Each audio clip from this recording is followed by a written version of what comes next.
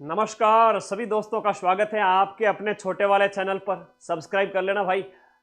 राजस्थान का इतिहास, इतिहास के स्रोत, सभ्यताएं, 5 राजवंश, फिर मॉडर्न राजस्थान हिस्ट्री की 5 से 7 क्लास, और 30 तारीख तक, 30 अप्रैल तक तुम्हारा भाई राजस्थान का इतिहास भी खत्म करेगा, बड़े वाले चैनल पर कल्चर खत्म करेगा, और इसके साथ साथ राजस्थान ज्योग्राफी के जो टॉपिक सिलेबस में दे रखे हैं। तुम लोग कह रहे हैं सर उद्योग और जनसंख्या नहीं है, कोई बात नहीं। मैं तो ये सोच रहा था कि कुछ क्वेश्चन बाई चांस आ जाए, वो सबसे लास्ट में पढ़ेंगे एक दिन, जो सिलेबस में नहीं है वो टॉपिक जीके के। ठीक है, अब तो खुश हो। सारी चीजें कंप्लीट करूंगा। 15 दिन जो मेरे साथ में चला उसके 50 में से 40 क्वेश्चन राजस्थान जीके के सही करवा दूंगा, क्योंकि आप लोगों ने सब कुछ तो पढ़ रखा है, सब कुछ पढ़ रखा है। और जब सब कुछ पढ़ रखा है तो मेरे पे भरोसा रखना, मैं 15 दिन के अंदर आपको 50 में से 40 क्वेश्चन सही करने की योग्यता डेवलप कर लूंगा। आज है राजस्थान के इतिहास के स्रोत। क्या टॉपिक है अपना? राजस्थान के इतिहास के स्रोत हम स्टार्ट करेंगे, और 1 घंटे के अंदर इतिहास के स्रोत सारे कंप्लीट करूंगा। पढ़ते कैसे इसको ये भी बताऊंगा, और 30 पीवाईक्यू, इसके अलावा शॉर्ट में थ्योरी लास्ट में करूंगा। अपना छोटा वाला चैनल है भाई, है ना, सब्सक्राइब कर लेना। जितने साथी सब्सक्राइब कर सकते हो, क्योंकि फिर क्लास नहीं मिलेगी, मुझे मत करना, क्योंकि क्लास सिर्फ उसी विद्यार्थी को मिलेगी जिसने सब्सक्राइब कर रखा है। तो रोज मेरे साथ पढ़ो। कल सभ्यताएं पढ़ाऊंगा और दुर्ग पढ़ाऊंगा मेन चैनल पर। दुर्ग और सभ्यताओं की क्लास कल कर लूंगा। आइए शुरू करते हैं बिना समय खराब किए। और पहला क्वेश्चन आपके सामने। सब्सक्राइब करके रखोगे तो क्लास तुम्हें मिलेगी, सीधा है ना। दोनों चैनल सब्सक्राइब करके रखना है। आ जाइए, सबसे पहले स्टार्ट करें। सबसे पहला ही प्रश्न आपके सामने। पहले राजस्थान के इतिहास के स्रोत में से पूछे गए जो प्रश्न है वो आपको करवा दूं। लास्ट में कई सारे अभिलेख करवाऊंगा, 10-15 मिनट। तो प्रश्न आपके सामने लिखे हुए हैं। पढ़े उससे पहले बता दूं कि इतिहास के स्रोत कैसे डिवाइड करते हैं, पढ़ते कैसे हैं। इतिहास के स्रोत, और इतिहास के स्रोत को जब हम डिवाइड करते हैं, मात्र 1 मिनट रुकना अवश्य है ना, थ्योरी में शॉर्ट में क्लियर करता हूं। इतिहास के स्रोतों को जब बांटते हैं तो इसे 5 भागों में बांटा जाता है। कितने भागों में बांटा जाता है? कि पुराने टाइम में लोग ऐसे रहते थे 5000 साल पहले, 7000 साल पहले, 3000 साल पहले। उसके प्रमाण क्या है? सबसे पहला जो है, इसके जस्ट बाद क्वेश्चन स्टार्ट कर रहे हैं, कि पुरातात्विक स्रोत हमें प्राप्त होते हैं। क्या मिलते हैं? इतिहास की जानकारी के पुरातात्विक स्रोत मिलते हैं। एक हमें मिलते हैं साहित्यिक स्रोत। साहित्यिक स्रोत मीन्स आपके विभिन्न जो बुक्स हैं वो वाली। उसके बाद हमें मिलते हैं पुरालेख मिलते हैं, विभिन्न प्रकार के पुरालेख और विभिन्न प्रकार के अभिलेख। पुरालेख की सामग्री और अभिलेखीय सामग्री। अभिलेख तो अभिलेखीय, राजस्थान राज्य अभिलेखागार कहां पर है? बीकानेर। वहां पर अभिलेख की सामग्री पोथियों में संग्रहित की हुई है। पुरालेख सामग्री, अभिलेख की सामग्री।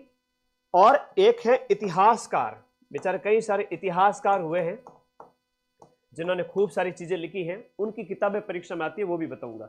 तो हमें इतिहास पुराना जो है जानने के 5 स्रोत हैं। पुरातात्विक, साहित्यिक बुक्स, फिर है आपकी पुरालेख सामग्री, फिर अभिलेख सामग्री, और फिर इतिहासकार।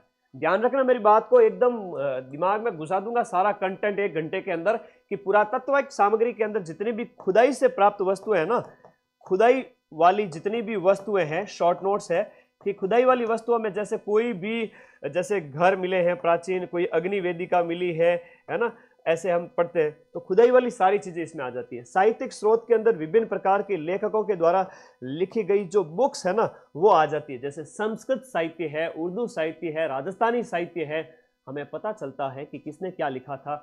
पुरालेख और अभिलेख। पुरालेख मतलब राजा रजवाड़ों के टाइम में, है ना, रजवाड़ों के टाइम में, रजवाड़ों के समय में ये पुरालेख और अभिलेख सामग्रियां दस्तावेजों के रूप में सुरक्षित रखी जाती थी। और इतिहासकारों के अंदर एक तो हम पढ़ेंगे कर्नल जेम्स टॉड की किताब, एक जैसे गोपीनाथ शर्मा ने राजस्थान का इतिहास लिखा है, ठीक है, ये मूल किताबों के अंदर आती है। और एक हम बात करते हैं दशरथ शर्मा की, दशरथ शर्मा, और गौरीशंकर हीराचंद जी ओझा, गौरीशंकर हीराचंद ओझा, गौरीशंकर हीराचंद जी ओझा, ऐसे कई सारे इतिहासकार हैं। तो बस इतना सही ध्यान रखना है कि इतिहास के स्रोत ये होते हैं। अच्छा, अभिलेख इसके अंतर्गत आएंगे, मोस्ट इंपोर्टेंट है। पुरातात्विक सामग्री के अंदर क्या आते हैं? अभिलेख आते हैं। अभी एक परीक्षा में प्रश्न पूछा गया, अभिलेखों के अध्ययन को क्या कहते हैं? जितने भी शिलालेख है, गुहालेख है, स्तंभ है, अभिलेख का अध्ययन क्या कहलाता है? अभिलेखों का अध्ययन कहलाता है बेटा एपिग्राफी। क्या कहते हैं? एपिग्राफी। और इस अभिलेख में सारी चीजें आ जाती है, जैसे कई सारे स्तंभों पर लिखे हुए लेख हैं, कई सारी गुफाओं पर लिखे हुए लेख हैं तो गुहालेख कहलाते हैं। केव यानी जो गुफाएं उनके ऊपर लिखी हुई, स्तंभ लेख, गुहालेख। और इसके अलावा आपकी शिलाओं पर लिखे हुए लेख हैं तो उसे शिलालेख कहते हैं। ये सारी चीजें सम्मिलित रूप से, कंबाइंड रूप से कहलाती है अभिलेख। और अभिलेखों का जो अध्ययन है वो कहलाता है एपिग्राफी। और ये है मोस्ट इंपोर्टेंट क्वेश्चन, अभी पूछा गया था। और अभिलेख भी इसके अंदर आते हैं, पुरातात्विक सामग्री के अंदर। तो सारे के सारे अभिलेख, खुदाई से प्राप्त वस्तुएं, साहित्यिक स्रोत, पुरालेख सामग्री, अभिलेख सामग्री और इतिहासकार, बस इतना याद रखना है। इतिहास की जानकारी के कितने स्रोत हैं? 5। आजो, कौन सा अभिलेख महाराणा कुंभा के लेखन पर प्रकाश डालता है? बात समझ में आ गई ना? जितने साथी हमेशा लाइव आते हैं उतने हमेशा लाइव बने रहना, क्योंकि एक दिन भी अगर क्लास मिस कर ली और 2 नंबर से चूक गए, फिर मत कहना गुरुजी मेरा सिलेक्शन कैसे नहीं हुआ। मैं नहीं चाहता कि पछतावा हो किसी विद्यार्थी को, है ना? तो आ जाओ, अभिलेख सामग्री जो महाराणा कुंभा के समय की, कुंभा का समय कौन सा है? 15वीं सदी। सांगा का समय कौन सा है?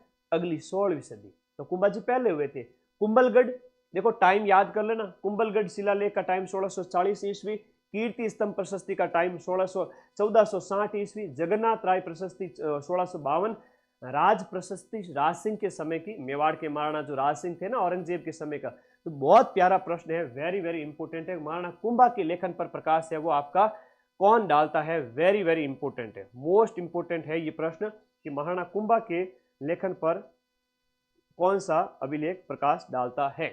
वेरी इंपॉर्टेंट, याद करिए इसको, बताइए। हाँ जी महाराणा कुंभा के लेखन पर प्रकाश कौन डालता है? बहुत अच्छे अच्छे क्वेश्चंस लेके आया हूं और सारे क्वेश्चंस मैं आपको सॉल्व कराऊंगा। हाँ जी, बताते रहिए। कुंभा के लेखन पर प्रकाश कौन डालता है? ठीक है, वेरी इंपॉर्टेंट।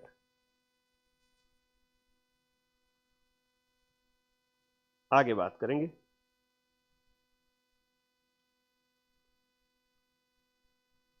हाँ जी, बताओ। B B B B B, very good. Kumbha के समय की हम बात करें तो कीर्ति स्तंभ प्रशस्ति, सीधी सी बात है कि कीर्ति स्तंभ जो उन्होंने जब बनवाया था उस समय की बात है। जो विजय स्तंभ जो उन्होंने बनाया था महाराणा कुंभा ने 1437 में मालवा विजय के बाद में, मालवा विजय के बाद में उन्होंने बनाया था आपका कीर्ति स्तंभ। तो कीर्ति स्तंभ प्रशस्ति 1460 कुंभा के ऊपर प्रकाश डालती है और 1437 में मालवा के ऊपर विजय की थी तो उन्होंने बनाया था आपका विजय स्तंभ, है ना? ये इसके समय का, कुंभा के समय के इतिहास की जानकारी का स्रोत है। ये राज सिंह के समय की जानकारी का स्रोत है और ये आपके अन्य स्रोत है, याद रखिएगा। बरली का शिलालेख जो कि अशोक के काल का पूर्व माना जाता है, ये कहाँ स्थित है? बरली शिलालेख। बरली शिलालेख कहाँ पर स्थित है? अजमेर, जयपुर, टोंक और भीलवाड़ा। बरली का लेख है आपके अजमेर के अंदर स्थित है, मिलौत माता मंदिर से जो प्राप्त होता है बरली शिलालेख। बरली शिलालेख आपके कहां पर स्थित है? मिलौत माता मंदिर। याद रखिएगा, सिंपल से प्रश्न है।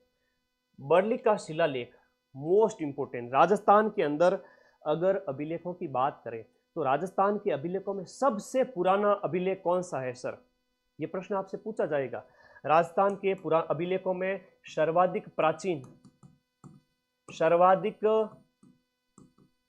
प्राचीन जो अभिलेख है वो अजमेर के अंदर मिलौत माता मंदिर, यहां से प्राप्त हुआ है। मिलौत या बिलौत माता मंदिर से आपका बरली शिलालेख मिलता है 443 ईस्वी पूर्व का। 443 ईस्वी पूर्व, यानी ईसा पूर्व की भी 5 शताब्दी। जब 01 ईस्वी स्टार्ट हुआ, आज से 2026 साल पहले तो ईस्वी सन शुरू हुआ था, तो उससे भी 500 साल पहले की बात हो रही है। ठीक है, तो ये मिलोत माता मंदिर है जो राजस्थान का सबसे प्राचीनतम अभिलेख है। अच्छा, कोई भी अभिलेख जब हो तो आपसे पूछा जाए कि ये अभिलेख जो है इसकी भाषा क्या है, आंख बंद करके जवाब देना, भाषा क्या है? संस्कृत। जितने भी प्राचीन अभिलेख हैं उनकी भाषा क्या रहेगी? संस्कृत है। ये बर्ली शिलालेख राजस्थान का सबसे प्राचीनतम है और वर्तमान में कहाँ रखा हुआ है अगर पूछ लेवे तो 1908 में जो बना था, 1908 में निर्मित, ये प्रश्न भी एक बार पूछा गया है कि अजमेर संग्रहालय बना था, कौन सा बना था? अजमेर संग्रहालय। 1908 में निर्मित अजमेर संग्रहालय में सुरक्षित है आपका मिलोत माता मंदिर से प्राप्त बर्ली का शिलालेख, राजस्थान का सबसे प्राचीनतम शिलालेख जिसे हम कहते हैं। आगे देखिएगा, उस अभिलेख को चिन्हित कीजिए जो प्राचीन राजस्थान में वैष्णव संप्रदाय की उपस्थिति का साक्ष्य देता है। And it is one of the most important question, evergreen question जो हर बार पूछा जाता है।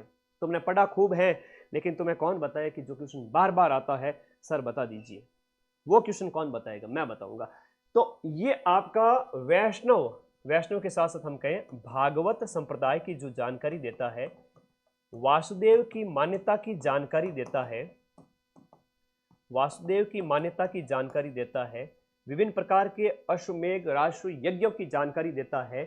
ये है आपका कौन सा है?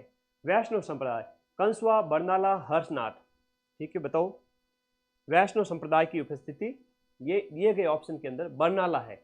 लेकिन आपसे पूछे तो दूसरी शताब्दी ईस्वी का जो गोसुंडी लेख है वो भी आपके भागवत संप्रदाय की जानकारी देता है। गोसुंडी लेख भी आपको याद रखना है।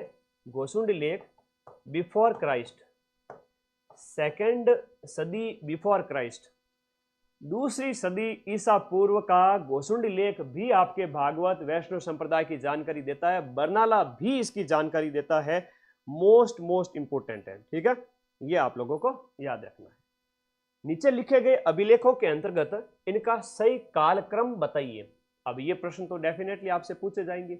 बिजोलिया लेख, नेमिनाथ लेख, गोसुंडी लेख। जब हम गोसुंडी की बात करते हैं तो बर्ली वाला है ना, अजमेर वाला। बर्ली के बाद में सेकंड जो सबसे प्राचीनतम अभिलेख है वो दूसरी शताब्दी ईस्वी का, सेकंड सदी ईस्वी पूर्व का जो है वो है गोसुंडी। तो गुरुजी सी पहले आना चाहिए। गोसुंडी के बाद में आता है आपका बुचकला वाला। ठीक है, गोसुंडी के बाद में कौन सा आ जाएगा? आपका बुचकला का लेख है। और बुचकला की अगर हम बात करें तो बुचकला वाला जो लेख है वो कब का है आपके, बताओ? गोसुंडी लेख के बाद में, हाँ जी बहुत बढ़िया, बुचकला वाला 815 ईस्वी का है जो आपके प्रतिहारों के समय का, ये आपके जोधपुर से प्राप्त होता है। बहुत बढ़िया।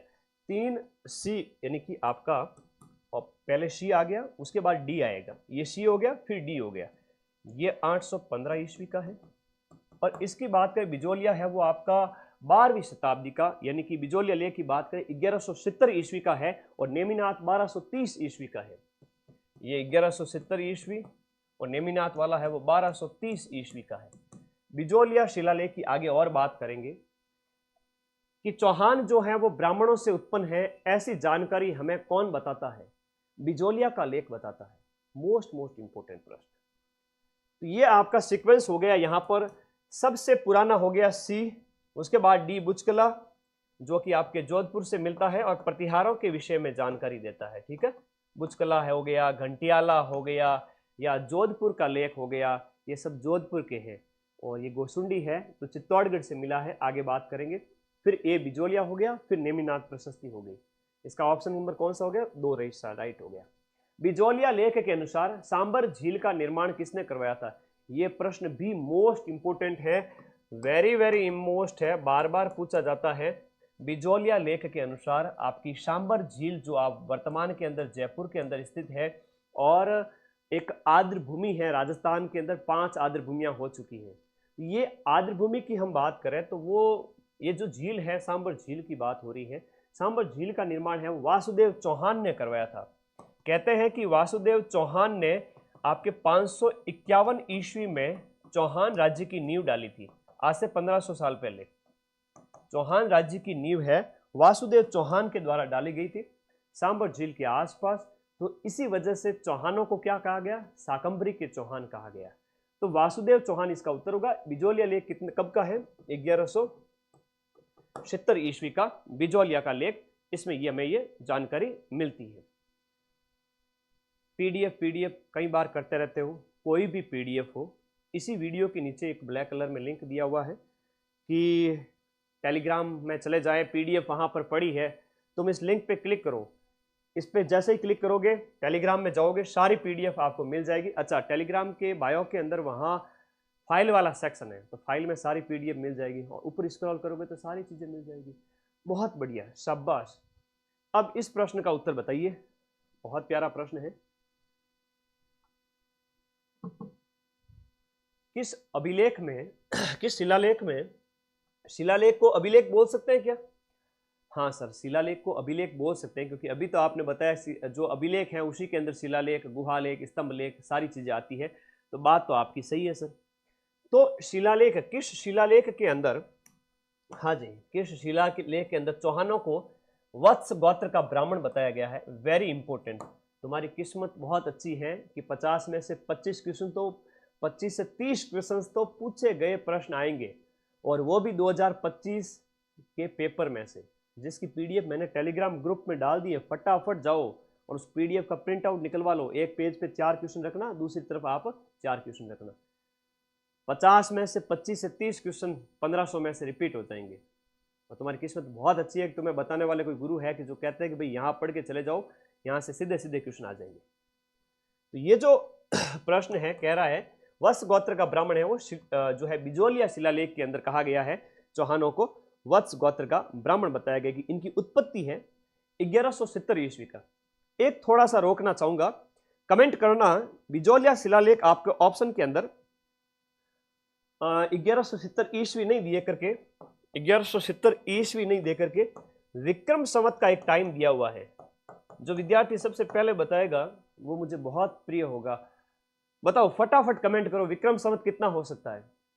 कमेंट करो। राहुल, अनन्या, कुलविंदर, कंचन, सुनील, अंजलि, छोटे छोटे प्यारे प्यारे बच्चे, 2005 के बाद की पैदाइश के सारे नन्हे मुन्ने प्यारे प्यारे साथी, चेहरे पे बड़ी चमक है और कामयाब होना चाहते हैं 21 साल से पहले पहले, उम्र से पहले पहले। बहुत बढ़िया, आंसर करो फटाफट। 1226 कौन बोला, कौन बोला? वेरी गुड, शाबाश। पूर्वी, जाट, और फिर वो अनुष्का, प्रियंका, मनीष, राकेश, शाबाश, बहुत बढ़िया। कैसे किया ये बताओ, बताओ सभी को कि प्लस अगर आप 57 कर दोगे तो क्या आ जाएगा? विक्रम संवत आ जाएगा, क्योंकि विक्रम संवत 57 वर्ष आगे चलता है। वर्तमान में कौन सा विक्रम संवत चल रहा है? कमेंट बॉक्स में बता दो, वर्तमान में विक्रम संवत कौन सा चल रहा है।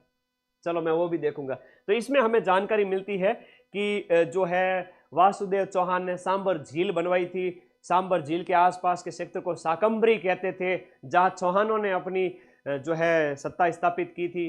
गोगाजी चौहान हम बात करते हैं ददरेवा चूरू के अंदर, तो वो भी शाकंभरी के आसपास का क्षेत्र है। लोक देवताओं में याद रखना, गोगाजी चौहान थे, मलिनाथ जी वगैरह इनकी बात करें इधर राठौड़ हो जाएंगे, ठीक है, रामदेव जी तंवर हो जाएंगे। तो राजपूतों का राज कहाँ था, कहाँ कहाँ पर कौन से राजपूत हुए, उनके हिसाब से, उनकी जाति के हिसाब से लोक देवताओं की जाति पूछी जाती है। वर्तमान में 2013 से विक्रम संवत चल रहा है। वेरी गुड, लखनऊ और लाडे बहुत होशियार हो चुके हैं, क्योंकि 26 के अंदर 57 जोड़ लिए, 2083 वर्तमान विक्रम संवत है। सांबर वाला वत्स गोत्र के ब्राह्मण थे, ऐसा कहा गया है कि ये वत्स गोत्र से उत्पन्न ब्राह्मण थे। कीर्ति स्तंभ प्रशस्ति की रचना है वो किसने की थी? मोस्ट इंपोर्टेंट प्रश्न है। कीर्ति स्तंभ प्रशस्ति की रचना 1517 ईस्वी या 1460 हम ईस्वी की बात करें, और 1514 विक्रम संवत की बात करें। 1460 ईस्वी, 1517 विक्रम संवत। तो कीर्ति स्तंभ प्रशस्ति जो कुंभा के समय की है, इसकी रचना है वो किसने की थी? कुंभा के समय की जो रचना है, अत्रि, केवल कवि अत्रि, केवल महेश, अत्रि और महेश, और कवि और महेश। तो क्वेश्चन नंबर जो 7 है, इसका आंसर क्या होगा बताओ? इसका आंसर क्या होगा? इसकी रचना किसने की थी? कीर्ति स्तंभ प्रशस्ति। अत्रि इसका रचनाकार था, ठीक है, अत्रि इसका रचनाकार था और इसका जब निधन हो जाता है तो महेश ने इसको पूरा किया था। तो अत्रि और महेश इसका राइट आंसर होगा। अत्रि के निधन के बाद में उसका बेटा जो था महेश, उसने इसको पूरा किया था। 1460 ईस्वी की है और इसमें मेवाड़ के हम बात करें गुहिलों की जानकारी मिलती है। और गुहिल राजवंश कहाँ का? मेवाड़ का। तो सीधी सी बात याद रखनी है, कीर्ति स्तंभ प्रशस्ति है। राजस्थान में मेवाड़ वाला इलाका कौन सा हो गया? ये वाला, तो है ना। तो 5 जिले आते हैं वर्तमान में। अत्रि और महेश है कीर्ति स्तंभ प्रशस्ति। चीरवा का शिलालेख, इस चीरवा लेख के बारे में कौन सा कथन सही है कि ये 1273 ईस्वी के अंदर संस्कृत भाषा के अंदर उत्कीर्ण है। ये रत्नप्रभा सूरी इसके रचनाकार हैं। इसके शिल्पी देहलन थे। अग्निकुंड से उत्पन्न राजपूतों का इसमें उल्लेख मिलता है। चीरवा लेख के बारे में कौन सा कथन सही है? चीरवा लेख के बारे में कौन सा कथन सही है, बताइए। चीरवा लेख के बारे में कौन सा कथन सही है? दिए गए ऑप्शन की हम बात करें तो चीरवा, जिसमें सती प्रथा के बारे में जानकारी मिलती है और इसमें मेवाड़ के जितने भी राजा हैं इनकी जानकारी मिलती है। और ये 1273 ईस्वी का संस्कृत भाषा का उत्कीर्ण है। रत्नप्रभा सूरी इसके प्रशस्तिकार हैं। कोई भी प्रशस्ति लिखी जाती थी, छेनी हथौड़े वगैरह से लिख करके उसको आकार दिया जाता था। देहलन इसका शिल्पी है, आर्किटेक्ट है। और अग्निकुंड से उत्पन्न राजपूतों का इसमें उल्लेख मिलता है। अग्निकुंड से उत्पन्न कौन थे, जरा बताएगा कोई विद्यार्थी मुझे? मैं एक अलग से क्लास लूंगा राजपूतों की उत्पत्ति। अग्निकुंड से जब भी हम बात करते हैं तो चौहान,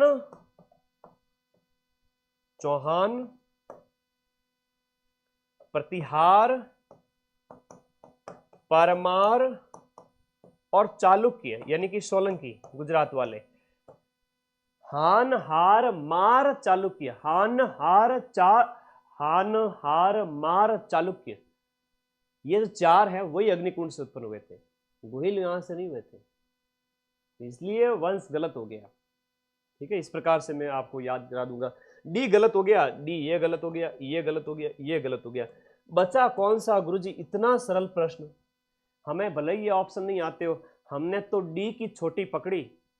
आपने हमें बताया हुआ था गुरुजी, क्योंकि मैं शॉर्ट एंड स्वीट पढ़ाऊंगा 15 दिन के अंदर, जो प्रश्न एग्जाम में आते हैं वही पढ़ाऊंगा, कि जब मैं राजपूतों की उत्पत्ति बताऊंगा तब मैं ये कहूंगा कि अग्निकुंड से उत्पन्न 4 हैं, चौहान, प्रतिहार, परमार, चालुक्य। गुहिल है ही नहीं उसमें। तो तुम आराम से इस प्रश्न को सही कर लोगे बिना पढ़े। ठीक है, बिना पढ़े कोई भी विद्यार्थी सही कर सकता है और जीके में मैक्सिमम स्कोर कर सकता है, ये मेरी गारंटी है। और मैं मिलाऊंगा 90% तक ट्यूशन लैब के पेपर में, ज्योग्राफी सब्जेक्ट सहित, साइंस के सब्जेक्ट सहित जीके के। नेक्स्ट चेपो गुरुजी। ओहो क्या बात है, क्या लैंग्वेज यूज करता है मेरा बच्चा, बहुत ही उत्साही है। अभिलेख जो प्राचीन राजस्थान में भागवत वैष्णव संप्रदाय की पुष्टि करता है। वैष्णव जन तो तेने कहिए, भगवान विष्णु के प्रिय, और गांधी जी ने जो कहा था वैष्णव जन, है ना, ये भजन उनका है। तो हम बात करते हैं बरनाला वाला है, गोसुंडी वाला है ना, गोसुंडी वाला हो गया, बरनाला वाला हो गया। ये आपका गोसुंडी लेख की अगर हम बात करें, 2nd सदी, आज से 2200 साल पहले, बीसी का मतलब हो गया ईसा पूर्व, इट मींस बिफोर क्राइस्ट। ईसा से भी 200 साल पहले, 2nd सदी ईसा पूर्व में भंडारकर महोदय ने सबसे पहले इसे खोजा था। भंडारकर ने इसे सबसे पहले खोजा था और ये चित्तौड़ से प्राप्त होता है, जिसमें हमें वैष्णव धर्म, वासुदेव की मान्यता की जानकारी भी मिलती है। वासुदेव की मान्यता, भगवान श्री कृष्ण कि लोग उस समय में भगवान श्री कृष्ण को मानते थे, चित्तौड़ से ये प्राप्त हुआ है। ये 4 प्रश्न बार बार आते हैं और वेरी मोस्ट क्वेश्चन है, हर बार पूछा जाता है। तो गोसुंडी के बारे में क्या याद रखोगे कि आपका 2री शताब्दी ईसा पूर्व का है, भंडारकर महोदय ने खोजा था, चित्तौड़ से खोजा था, और वासुदेव की मान्यता और भगवान भागवत जो वैष्णव संप्रदाय है। तो ज्यादा पढ़ाई नहीं करनी है, छोटे छोटे कीवर्ड है उसके ऊपर फोकस करो, choose the best and lose the rest, आराम से सब कुछ याद हो जाएगा। कल क्लास आएगी मुख्य चैनल पर। जो 8 लाख सब्सक्राइबर कर दिया होगा तुम लोगों ने, है ना, बहुत बहुत धन्यवाद। हाँ, बस 8 लाख से मात्र 150 सब्सक्राइबर ही दूर है, बहुत बढ़िया। तो मुख्य चैनल पर कल क्लास आएगी राजस्थान की कला संस्कृति की। दुर्ग, दुर्ग इतना इंपॉर्टेंट है कि 3 क्वेश्चन दे के जाएगा, और 1 से 1.5 घंटा पढ़ाऊंगा, सब कुछ याद करवा दूंगा। कल दुर्ग दिन में पढ़ लेना, रात को दुर्ग पढ़ाऊंगा, रात को 9 बजे सोने से पहले तुम्हें टेंशन फ्री करने आऊंगा, ठीक है। ये याद रखना, वेरी इंपॉर्टेंट है। पूरे दिन पढ़ लेना, थोड़ा सा दुर्ग भी पढ़ लेना, साथ में अपना सब्जेक्ट भी पढ़ लेना। हाड़ी रानी कर्मावती द्वारा जौहर में प्रवेश करते समय दिए गए भूमि अनुदान की जानकारी हमें किससे मिलती है? पुर, चौकली, रणकपुर, चीरवा। तो देखो, हाड़ी रानी का जो कर्मावती का जो चित्तौड़ का जो शाखा हुआ था उस समय का 1534-35 में गुजरात का एक डाकी आदमी बहादुर शाह, उसने हमला किया था। गुजरात के बहादुर शाह का आक्रमण होता है। हुमायूं को बाकायदा ये राखी भी भेजते हैं, लेकिन रानी कर्मावती समय पर सहायता नहीं मिलने की वजह से जौहर करने का निर्णय लेते हैं। और उस समय मेवाड़ के बारे में हमें जानकारी मिलती है कि ये किसके समय का है, जो है अभिलेख, ये किसके समय का है, बताइए किसके समय का है? पुर ताम्रपत्र जो है 1535 ईस्वी का है, मोस्ट इंपोर्टेंट है। पुर ताम्रपत्र 1535 ईस्वी का है, और मेवाड़ के विषय में हमें जानकारी देता है, और ये भूमि अनुदान की जानकारी देता है, ब्राह्मणों को भूमि अनुदान की। पाशुपत संप्रदाय से संबंधित गुरु विश्व रूप का उल्लेख किसमें मिलता है? पाशुपत का मतलब है, पाशुपत मुद्रा सिंधु घाटी सभ्यता में भी मिलती है। पाशुपत मतलब भगवान शिव की बात हो रही है, भोले भंडारी की बात हो रही है, भगवान शिव की बात करें। और एक प्रश्न आता है कि भगवान शिव किसके आराध्य हैं? राजस्थान में हम इतने राजवंश पढ़ते हैं, चाहे आपके गुहिल पढ़े, चाहे आपके कछवा पढ़े, चाहे राठौड़ पढ़े, बताओ कहाँ पर कौन से राजा है वो आपके भगवान शिव को मानते थे? तो वो गुहिल वाले जो है मानते थे, गुहिल राजवंश के आराध्य थे, ठीक है। तो गुहिल राजवंश के बारे में ये प्रश्न आपको ये पूछा गया है। तो ये हर्ष पर्वत का जो अभिलेख है, जो ये याद रखना आपको, हर्ष पर्वत के संबंध में याद रखना, मोस्ट इंपोर्टेंट। गुरु मतलब भगवान शिव आराध्य किसके हैं? गुहिलों के हैं। लेकिन ये प्रश्न पूछा गया है, इसमें हर्ष पर्वत जो शिलालेख है उसके बारे में जानकारी मिलती है कि चौहान राजा का एक सेनापति हुआ करता था। जो हर्षनाथ पर्वत है, इसकी हम बात करें, चौहान राजा का एक सेनापति हुआ करता था अलट, उसके द्वारा यहाँ पर इसका निर्माण करवाया गया था। तो उसके सामंत के द्वारा कहते हैं कि अलट के द्वारा यहाँ पर मंदिर जो निर्माण करवाया गया था, उस समय का हर्ष पर्वत शिलालेख हमें मिलता है, और ये 973 ईस्वी का है।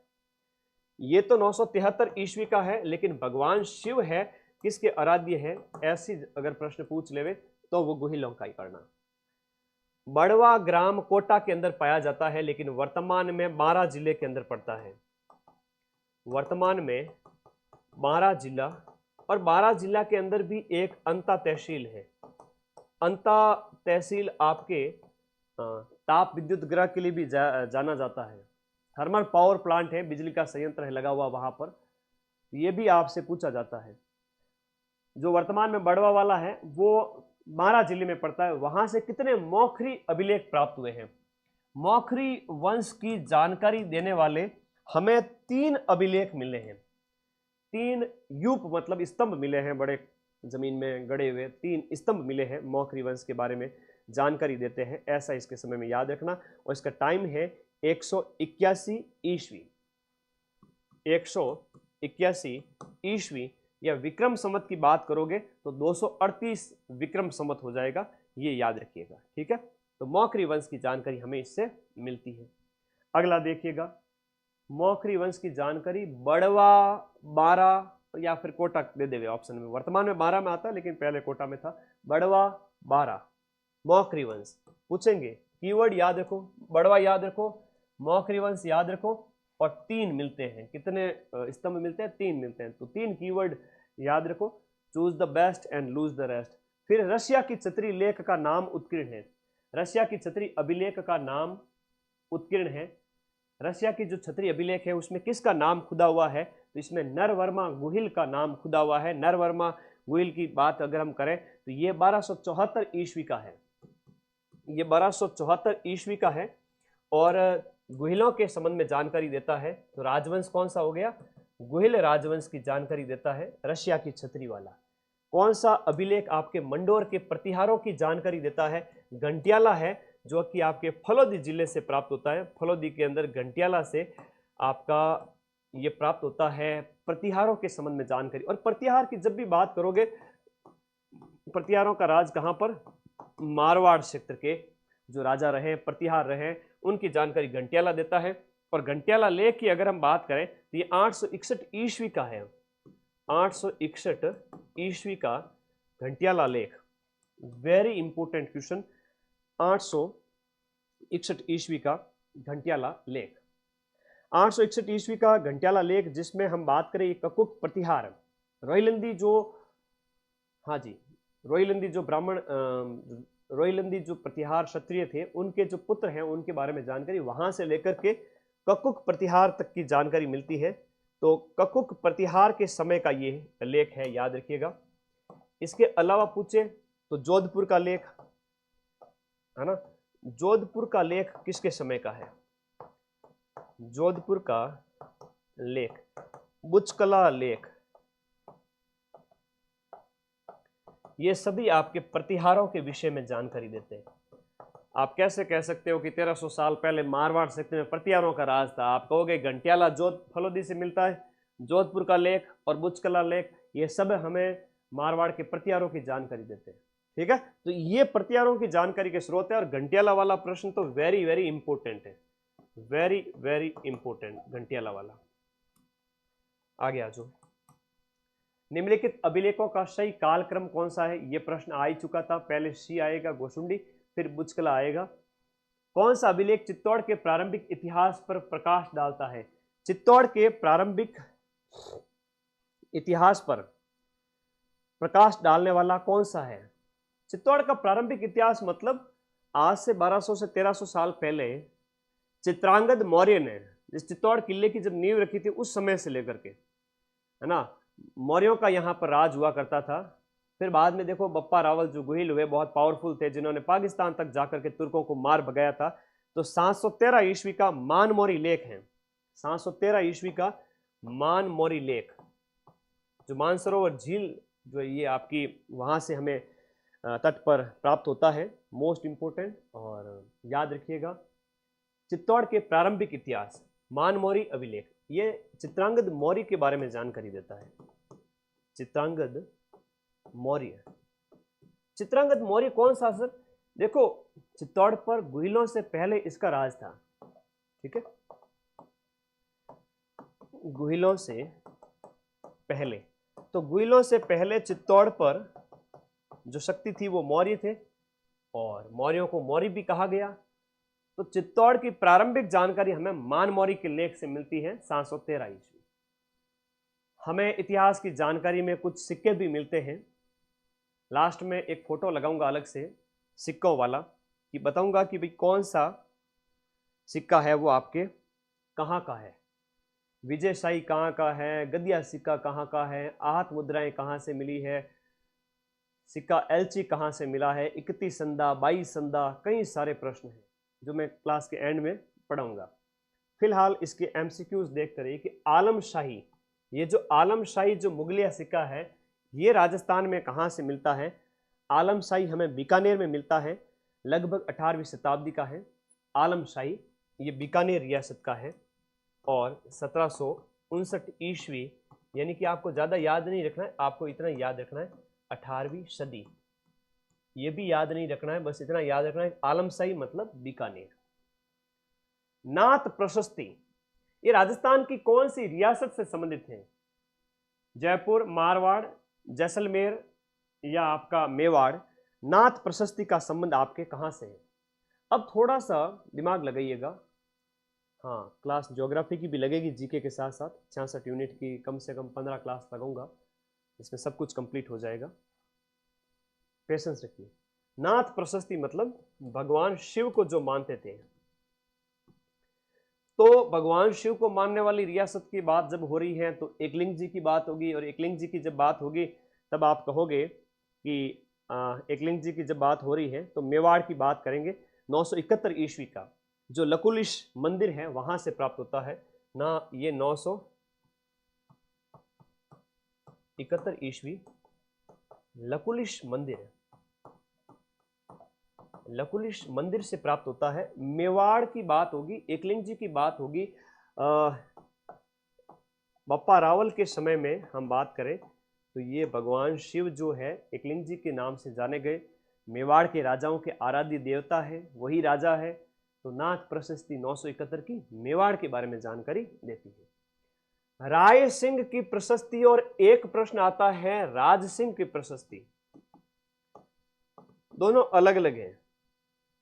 राज सिंह की प्रशस्ति, राज सिंह की प्रशस्ति तो मेवाड़ के बारे में जानकारी देती है। राज सिंह की प्रशस्ति का समय आपका 1676 ईस्वी है, और मेवाड़ के महाराणा राज सिंह के बारे में जानकारी देती है। राय सिंह प्रशस्ति की बात करें तो ये 1594 ईस्वी की है, और बीकानेर के एक बहुत ही प्रतापी शासक हुए हैं जो अकबर के समय के समकालीन है। ठीक है, अकबर के सेनापति बीकानेर के महाराजा राय सिंह, उनका समय है आपके, ये जो समय दिया हुआ है 1594, 16वीं शताब्दी के एंड का टाइम, तो राय सिंह प्रशस्ति उसी के समय की है। और जब बीकानेर का दुर्ग बनाया गया था 1589 में इसकी नींव डाली गई थी, 5 साल लगे थे, और बीकानेर दुर्ग में ये लगी हुई है। और बीकानेर दुर्ग का प्रश्न कल वाली क्लास में कराऊंगा कि बताइए ये जो प्रशस्ति है वो आपके जूनागढ़, जिसे लालगढ़ कहते हैं, और ये राय सिंह ने बनाया था। ये बीकानेर का जो किला है उस बीकानेर के किले में लगी हुई है, बीकानेर के किले में राय सिंह प्रशस्ति लगी हुई है। राज सिंह प्रशस्ति मेवाड़ के बारे में जानकारी देती है, और इसका समय 1676 है, इसका समय पहले है। ऐसे कैसे कीर्ति स्तंभ प्रशस्ति क्या है तो वो 1460 की है, 1594 की ये है, और 1676 की ये है। काल क्रम भंग मत करना, राय सिंह पूछे तो पहले है, राज सिंह पूछे तो बाद में है, तो लगभग इसके 90 साल 80 साल बाद में है। रोजाना क्लास का समय क्या होगा? रोजाना क्लास का समय रात को 8 बजे, खाना वाना खा के तैयार रहना, दिन भर की पढ़ाई करके तैयार रहना। तुम्हारा भाई आएगा तुम्हें टेंशन फ्री करने के, टेंशन नहीं लेनी, मैं तुम्हारे साथ में हूँ, बातें करूंगा तुमसे, पढ़ाऊंगा, तो तुम्हें नींद अच्छी आएगी रोजाना। समझ गए मेरी बात?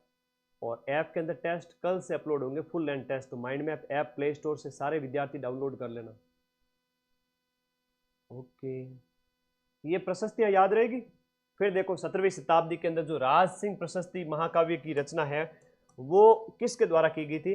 रणछोड़ भट्ट तेलंग के द्वारा,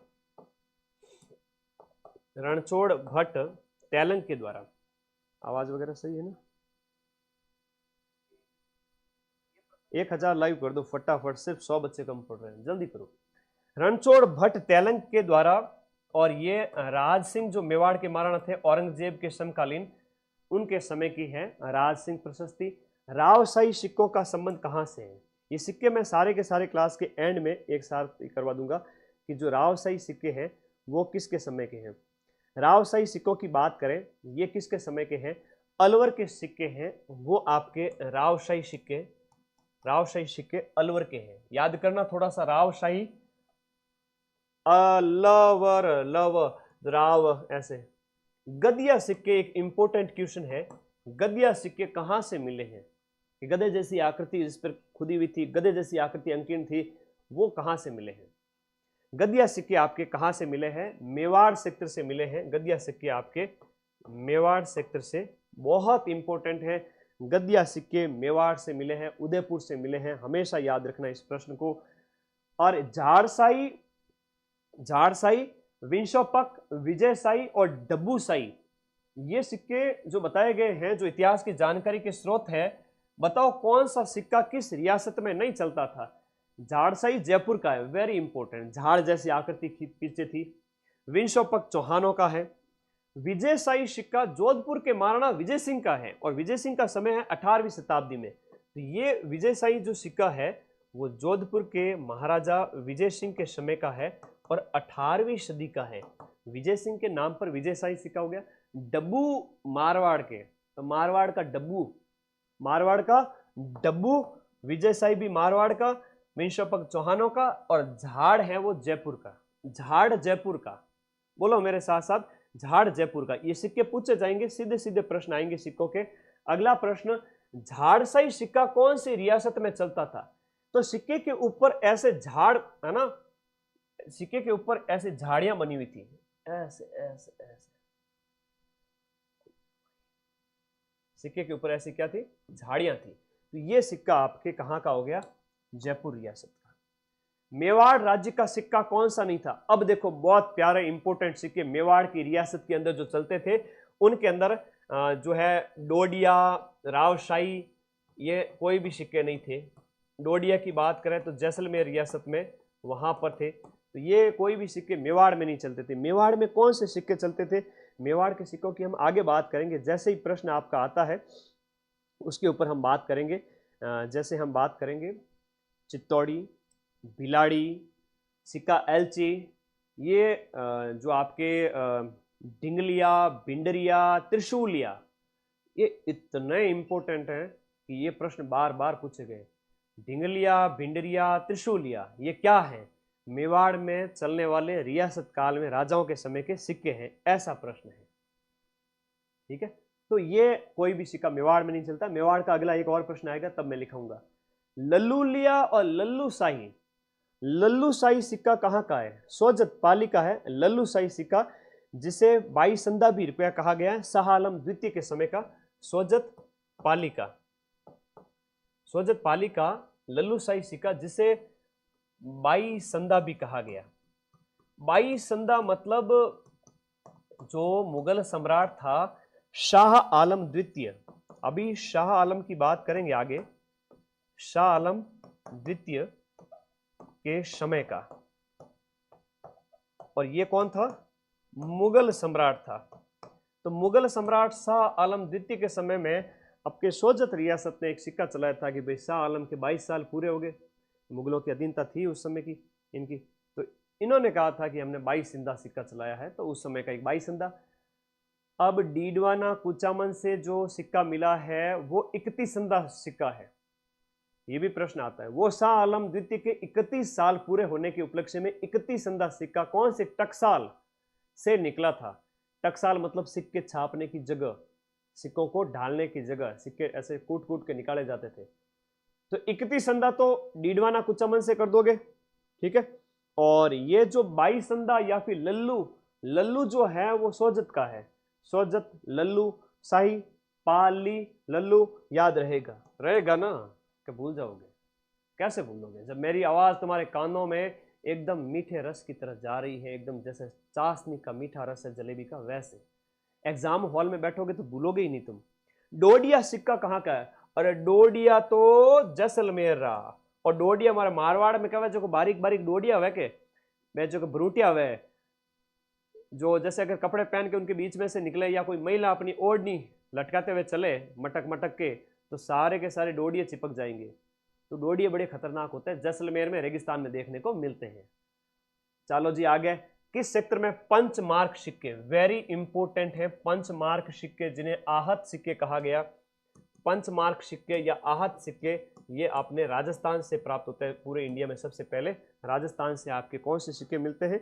पंचमार्क सिक्के मिलते हैं। आहत मुद्राएं कहते हैं, बैराट के उत्खनन से मिलते हैं, और भी कई सारी जगह है, बैराट, सांबर और रेड से मिलते हैं। ठीक है, याद रखिए। ये जो है ना डोडिया मतलब दूसरी शताब्दी बिफोर क्राइस्ट से 5वीं शताब्दी ईसा पूर्व, याद रखिए, बिफोर क्राइस्ट दूसरी सदी से 5वीं सदी के बीच में कहाँ कहाँ से मिलते हैं आहत मुद्राएं?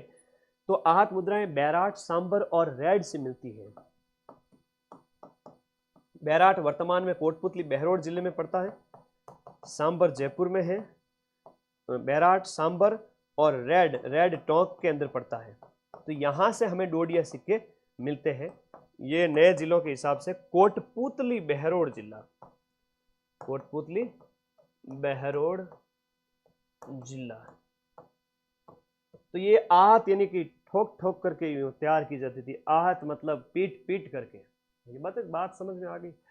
दस्तूर कौमवार क्या था? राजस्थान के अंदर जो पुरालेख सामग्री है उनमें एक दस्तूर कौमवार है, और दस्तूर कौमवार भी राजस्थान के इतिहास की जानकारी का एक अच्छी पुरालेख सामग्री है। मैंने इतिहास की जानकारी के कितने स्रोत बताए थे? 5 में ये एक पुरालेख सामग्री है कि दस्तूर कौमवार है वो आपके कहाँ से प्राप्त होते हैं। दस्तूर कौमवार के बारे में जानकारी मिलती है, तो ये दस्तूर कौमवार है वो आपके कहाँ के हैं, बताइएगा। दस्तूर कौमवार आपके कहाँ के हैं? तो दस्तूर कौमवार की जानकारी जो मिलती है जयपुर रियासत के अंदर की, जो हम बात करें जयपुर रियासत के समय में दस्तूर कौमवार क्या होते थे कि ऐसे उस समय की जानकारियां जब ताम्रपत्र वगैरह या किसी दस्तावेज के रूप में सुरक्षित रखी जाती थी, तो जयपुर रियासत की ये दस्तूर कौमवार के अंदर जयपुर रियासत का वर्णन मिलता है। प्राचीन राजस्थान की मूर्तिकला की प्रतीक आपकी नाद की शिव प्रतिमा। ये नाद की शिव प्रतिमा कौन से जिले से मिली है? शिव प्रतिमा आपके अजमेर से मिली है। नाद की शिव प्रतिमा जो हम बात करें कुषाणों के समय की है, नाद की शिव प्रतिमा, और कुषाणों के संपर्क में आने से ये आपके अजमेर जिले से हमें प्राप्त हुई है। ए ऑप्शन सही है। नाद की शिव प्रतिमा कुषाण संपर्क की जानकारी देता है। अभी सिक्कों की बात करेंगे, कुछ अभिलेख, मात्र 5-7 अभिलेख लिखूंगा, और इस तरह से इतिहास के स्रोत आपके पूरे होते हैं। टेंशन नहीं लेनी, प्रश्न इसी में से आएगा। किस चौहान रानी ने अपने नाम के सिक्के चलाए थे? देखो, जो सोमल देवी थी, अजय राज चौहान की पत्नी, अजय राज चौहान। अजय राज चौहान कौन है सर? इसने 1113 ईस्वी से हम बात करें 1113 से 33, इसने अजमेर नगर की स्थापना की थी। अजमेर नगर बसाया था और अजयमेरु दुर्ग बसाया था।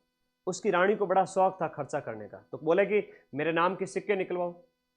तो इसके नाम के क्या निकलवाएंगे? सिक्के निकलवाएंगे। तो जिसमें आपका सोमल देवी, अजय राज की पत्नी, जिसने तांबा और चांदी के सिक्के चलाए थे, तांबा और चांदी के सिक्के चलाए थे, सोमल देवी ने खुद का नाम होना चाहिए। मैं खर्चा करूंगी, है ना, मेरे पति का, तो वो अजय राज की पत्नी सोमल देवी थी। मुगल शासक ने चित्तौड़ विजय के उपरांत में मेवाड़ में सिक्का एलसी जारी किया था, उसका नाम बताओ। सिक्का एलसी एक बहुत इंपॉर्टेंट पीवाईक्यू है। सिक्का एलसी अकबर की 1567-68 के अंदर, 1567-68 में चित्तौड़ विजय जब उसने की थी, बहुत सारे लोगों का नरसंहार इसने करवाया था, है ना। ये बहुत ज्यादा उसने, बाद में उसने थोड़ी धार्मिक नीति अपनाई, बाकी पहले बहुत क्रूर था ये अकबर, महान नहीं था, बाद में महान बनने की इसने कोशिश की थी। तो अकबर के समय में मेवाड़ के ऊपर जब अधिकार किया गया था, उस समय सिक्का एलसी चलाया गया था। ये मोस्ट इंपोर्टेंट है। सिक्का एलसी किसके समय का था? इस अकबर के समय का था। इकती संदा जो रुपया है, ये भी एक सिक्का है, वो आपके डीडवाना कुचामन में चलता था। 31 साल पूरे हुए थे मुगल बादशाह के। 31 साल पूर्ण हुए थे किसके? मुगल बादशाह शाह आलम द्वितीय। मुगल बादशाह शाह आलम द्वितीय के 31 साल पूर्ण होने के उपलक्ष्य में मारवाड़ रियासत ने उसको खुश करने के लिए एक सिक्का चलाया था। मारवाड़ में क्या, मारवाड़ क्षेत्र का ही भाग है। कुचामन के अंदर आपका इकती संदा, कुचामन का एक ठाकुर था, उसने 1838 ईस्वी में इसको चलवाया था, कुचामन का ठाकुर। और इसके द्वारा 1838 ईस्वी में मुगल बादशाह के 31 साल पूरे होने के उपलक्ष्य में यह सिक्का चलाया था। ठीक है, याद रहना चाहिए सभी विद्यार्थियों को। बहुत ही बढ़िया बढ़िया एक एक पॉइंट सारे नोट करके लिखा रहा हूं। और अब बारी आती है आपके जो कुछ बचे हुए महत्वपूर्ण अभिलेखों की, उनके ऊपर भी हम बात करेंगे। ढींगला, भिंडरिया, नाथद्वारिया, त्रिशूलिया, भिलाड़ी, ढींगला, भिंडरिया, नाथद्वारिया, ये सब क्या है? मेवाड़ में प्रचलित तांबे के सिक्के, मेवाड़ की दरी पट्टियों के नाम, मेवाड़ की ओडनियों के नाम, या टैक्सेस के नाम हैं। तो ये मेवाड़ में प्रचलित तांबे के जो सिक्के थे उन्हें कहा गया ढींगला, भिंडरिया, त्रिशूलिया। वेरी वेरी इंपॉर्टेंट प्रश्न, इतिहास की जानकारी के स्रोतों में बार बार आता है। ठीक है, इतिहास की जानकारी के स्रोतों में बार बार ये प्रश्न आता है। आगे बात करें, जैसे हम बात करें उस समय के जो तांबे के जो सिक्के चलते थे उन्हें काशार्पण कहा गया था। मेवाड़ के अंदर काशार्पण, काशार्पण है वो आपके तांबे के सिक्के थे। और इसके अलावा जो द्रम नाम के सिक्के थे, वो द्रम जो सिक्के थे वो आपके क्या कहलाते थे? द्रम या रूपक हैं, द्रम या रूपक है, वो चांदी के सिक्के कहलाते थे। और इसके अलावा एक और कैटेगरी थी जिसमें तांबे के सिक्के ढींगले हो गए, तांबे के काशार्पण हो गए, तांबे के ढींगला हो गए। थोड़ा सा ध्यान रखना है कि कौन सी धातु के ये बने हुए थे। अगर इतना याद नहीं रहता है तो सिर्फ इतना याद कर लीजिए, ये सिक्के कौन सी रियासत में चलते थे? मेवाड़ में। मेवाड़ की बात करेंगे तो आज का उदयपुर, भीलवाड़ा, शाहपुरा, आज का उदयपुर, भीलवाड़ा, सलूम्बर, चित्तौड़गढ़, राजसमंद, ये जिले आते हैं। ठीक है, ये सिक्के कौन सा टॉपिक है? ये सिक्के इतिहास के स्रोत हैं। आपके घर में दादाजी के पास में देखना छोटे छोटे सिक्के मिलेंगे, ऐसे बड़े, आज के सिक्कों से कई गुना अलग। आवाज कम आ रही है तो आवाज चेंज कर लूँ, माइक की आवाज बढ़ा दूँ? ठीक है,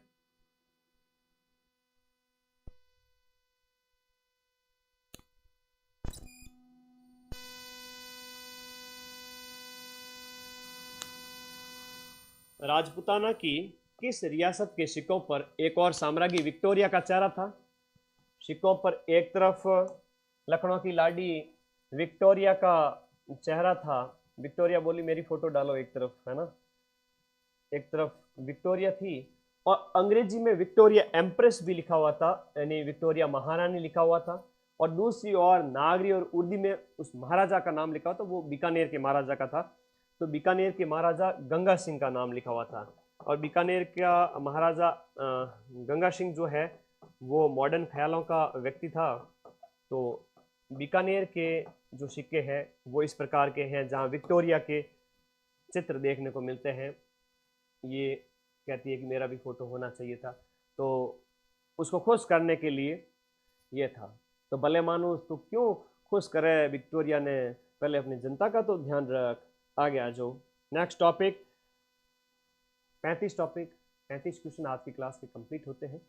मैं आप लोगों को जाते जाते इतिहास के जानकारी के स्रोत के अंतर्गत, अरे बजाओ भाई, टेलीग्राम ज्वाइन कर लेना, पीडीएफ मिल जाएगी। ये सिक्के हैं, ये पूछे जाते हैं, ये पीडीएफ में ऐड करके अभी भेज रहा हूँ टेलीग्राम में, चले जाना फटाफट। टेलीग्राम का लिंक तो मिल गया होगा ना? टेलीग्राम का लिंक इसी वीडियो के नीचे ये देखो ब्लैक कलर में दिया हुआ है, फटाफट क्लिक करो, ज्वाइन करो टेलीग्राम। फाइल वाले सेक्शन में जाना है, सारी फाइलों को बार बार पढ़ना है, मैंने जो समझाया है उनको अच्छे से पढ़ना है, रामबाण बुक को पढ़ के आना है।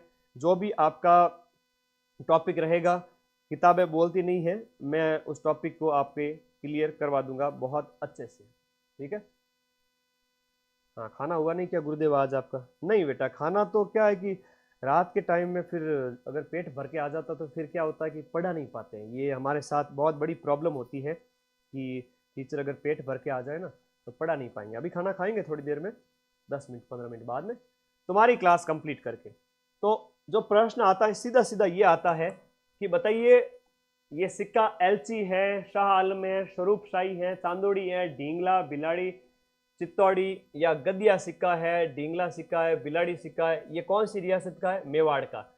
पद्म शाही सलूम्बर का, विजय शाही मोस्ट इंपोर्टेंट है, विजय शाही, भीम शाही, ललूनिया, डब्बू शाही, ये डब्बू वगैरह सब जोधपुर के। मोहम्मद शाही, डोडिया, ये डोडिया और अक्कर शाही बहुत इंपॉर्टेंट है, जैसलमेर के। गुमान लक्ष्मण कोटा के, राम शाही, ग्यार रसना, राम शाही, कटार शाही, ये बूंदी के। झाड़ शाही वेरी इंपॉर्टेंट है, झाड़ शाही जयपुर रियासत का।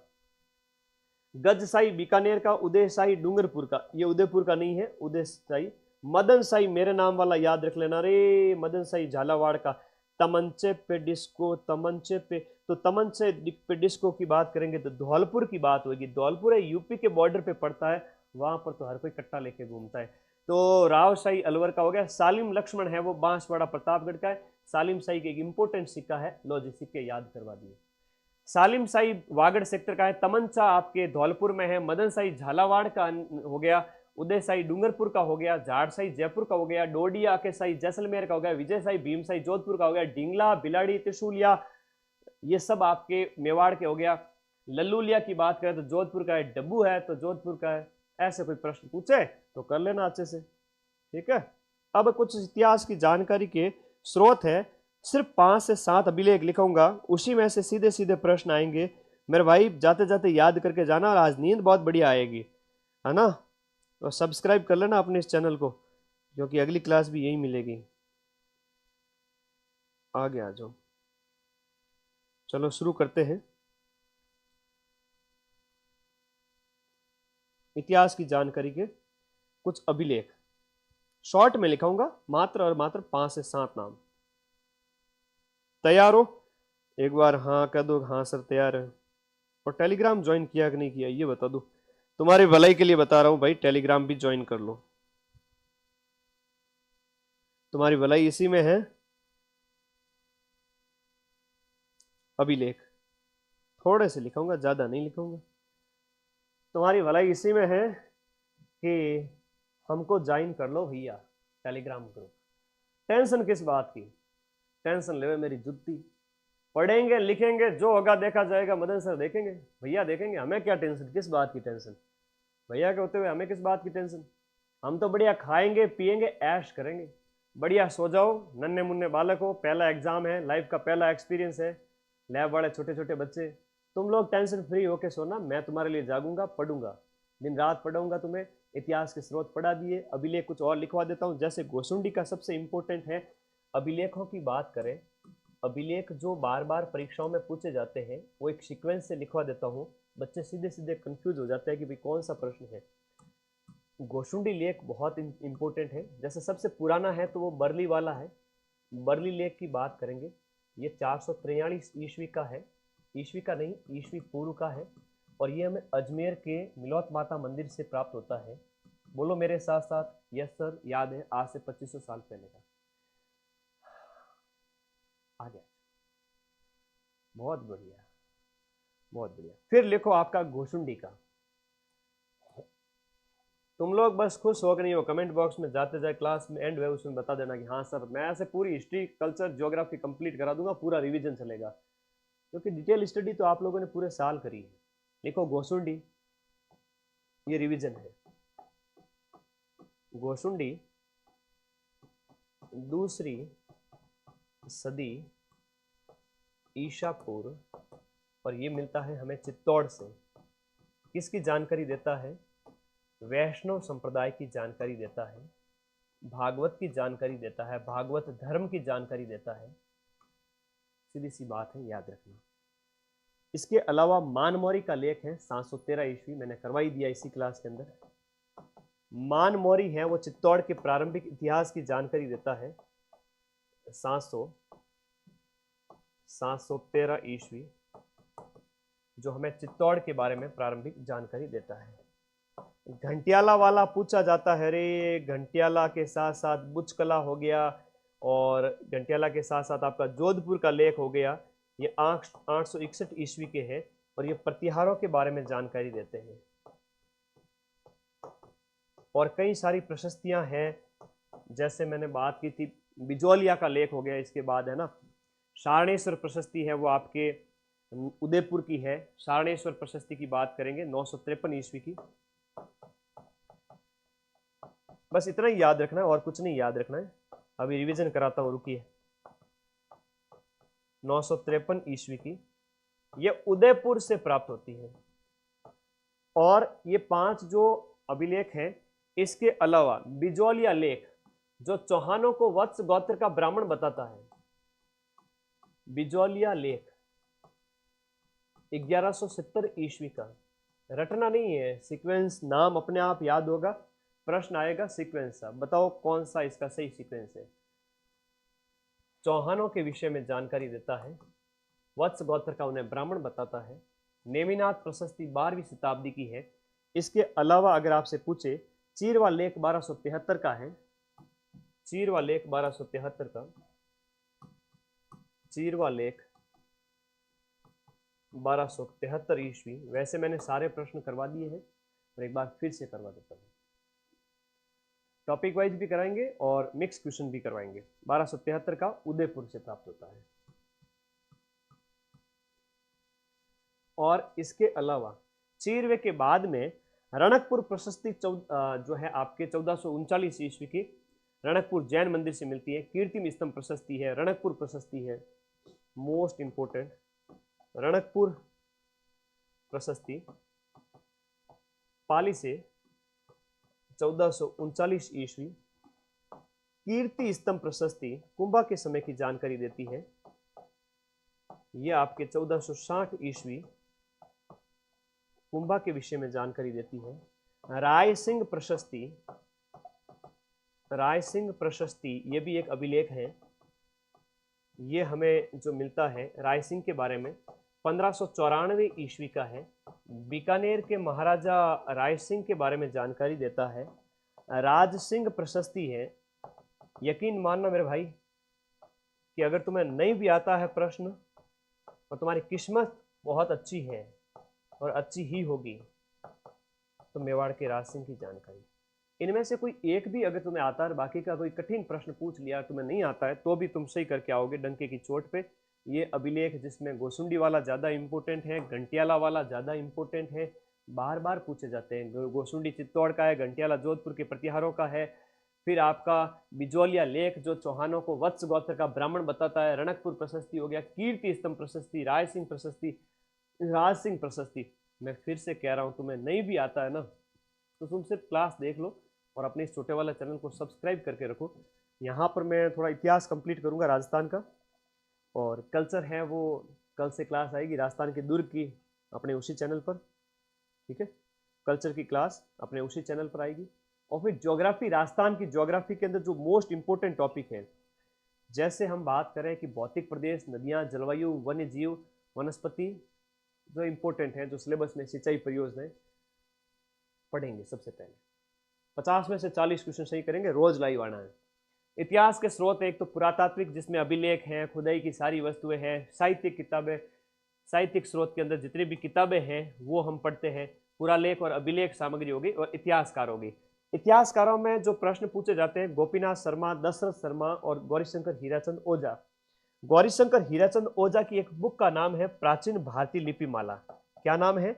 प्राचीन भारतीय, बोलो मेरे साथ साथ, सिरोही के इतिहासकार थे। प्राचीन भारतीय लिपिमाला, प्राचीन भारतीय लिपिमाला जो बुक है वो गौरीशंकर हीराचंद ओझा की है। और द से Dasharath Sharma, early Chauhan dynasties, dynasties में भी द आता है। तुम लोगों को बिल्कुल भी जोर नहीं आ रहा है, मैं जो पढ़ा रहा हूँ वो तुम्हें अपने आप याद हो रहा है। अर्ली चौहान डायनेस्टीज किताब किसकी है? तो चौहानों के बारे में कौन जानकारी देते हैं? Dasharath Sharma. Early Chauhan dynasty, English में डायनेस्टी राजवंश को कहते हैं। ये बुक दशरथ शर्मा की है। गोपीनाथ शर्मा राजस्थान का इतिहास है। कर्नल जेम्स टॉड की किताब का नाम है annals and antiquities of Rajasthan, जो 1829 ईस्वी के अंदर लिखी गई थी। 1829 ईस्वी में राजस्थान नाम दिया गया था जिस किताब के अंदर। तो इतिहासकारों की जो कुछ किताबें, छोटा वाला चैनल कौन सा है? यही है, सब्सक्राइबर देख लो, मेरी फोटो लगी हुई है, वो छोटा वाला चैनल है। और माइंड मैप का जो लोगो लगा हुआ है वो मुख्य चैनल है। तो एक दिन में 2 क्लास नहीं लेकर के एक दिन इस चैनल पे क्लास और एक दिन उस चैनल पे, मतलब बैक टू बैक चलती रहेगी। रोजाना भी लूंगा तो सुबह उस चैनल पे, शाम को छोटे वाले पे चैनल पे, या शाम को बड़े वाले पे तो सुबह छोटे वाले पर। तो एक दिन में 2 क्लासें आएगी, लेकिन अपने दोनों अलग अलग चैनल पर, है ना। ये मत सोचना है कि सर ने 2 चैनल क्यों बनाए, पैसे कमाने के लिए नहीं भाई। मोनेटाइजेशन ऑफ है दोनों चैनल पर। एक सिंगल रुपया नहीं कमाता हूँ यूट्यूब से। बार बार ऐड अगर दे दूँ तो लाखों रुपये कमा सकता हूँ, लेकिन फिर तुम्हें डिस्टर्बेंस होगा, इसलिए ऐड बंद कर रखी है, सिर्फ तुम्हें नॉलेज देने के लिए। तो भाई चैनल अब तुम्हारे पढ़ाने के लिए। तो ये इतिहास की जानकारी के स्रोत अच्छे से रट लेना, ये क्वेश्चन अच्छे से रट लेना। पान सड़े घोड़ा अड़े विद्या बिसरी जाए, टेलीग्राम चैनल ज्वाइन करने का, वहाँ से सारी PDF मिल जाएगी। और लास्ट में जाओगे तो इतिहास की जानकारी के विभिन्न सिक्के जो है परीक्षा में पूछे जाते हैं, ये पढ़ लेना, और कुछ अभिलेख हैं वो पढ़ लेना। धन्यवाद, thank you, good night all of you, good morning all of you. जो भी जगह सो जाओ फटाफट। हर दिन तैयारी पर भारी पड़ेगा और हम एग्जाम पेपर पर भारी पड़ेंगे। समय कम है फिर भी दम है। कल मिलेंगे दुर्ग वाले टॉपिक में, राजस्थान कला संस्कृति मैन चैनल पर। कला संस्कृति पूरी पढ़ेंगे कम से कम 10 से 12 क्लास में, और इधर इतिहास पढ़ेंगे 10 से 12 क्लास में, ज्योग्राफी पढ़ेंगे 10 से 12 क्लास में। 30 अप्रैल तक तुम्हारा भाई पूरा जीके खत्म कर देगा, और साथ साथ में ज्योग्राफी सब्जेक्ट भी खत्म करेगा 66 यूनिट, और उधर साइंस के एमसीक्यू, साइकोलॉजी, करंट भी होगा। रोज रोज तुम्हें मोटिवेट करूंगा, रोज रोज तुम्हें आनंद आएगा, रोज रोज तुम्हें अच्छी नींद आएगी। मुझे पता है एग्जाम का टाइम कितना टफ होता है। तो लाखों बच्चे मेरी क्लास पर डे, 1 लाख बच्चे लैब की क्लास देख रहे हैं, दूसरी किसी कोचिंग पे नहीं पढ़ते बच्चे। मुझे पूरा भरोसा है आप लोगों के ऊपर कि लगातार आप लोग मेहनत करोगे मेरे साथ साथ में, और अंतिम 1 महीने में रिवीजन करेंगे। कि इतने दिन तक तो साल भर, 6 महीने, कुछ महीने ऐप के अंदर तुम लोगों ने पूरी क्लासेस देख डाली, अब समय है रिवीजन का। कैसे हो कमेंट करो फटाफट। तैयारी अच्छी चल रही है? खाना पीना हो गया? हाँ, बहुत बढ़िया बहुत बढ़िया। सो जाओ अब, ठीक है, गुड नाइट। मैं भी भोजन वोजन कर लेता हूँ थोड़ा सा हल्का, दाल चावल, और फिर सुबह उठ के तुम्हारी और भी क्लासेस तैयार करनी है, ऐप के अंदर भी पढ़ाना है, दुनिया भर की टेंशन रहती है। बता दो, आज तो शुरुआत है सर, दूसरा चैनल मिल नहीं रहा है। अरे यही तो है आईडी मैन चैनल। अच्छा कोई बात नहीं, आ जाओ आ जाओ सारे, बढ़िया। रोजाना आना है। 35 में से कितने सही हुए कमेंट बॉक्स में बता देना। 35 में से 30, 32, 25 कितने सही हुए? Okay bye bye, thank you.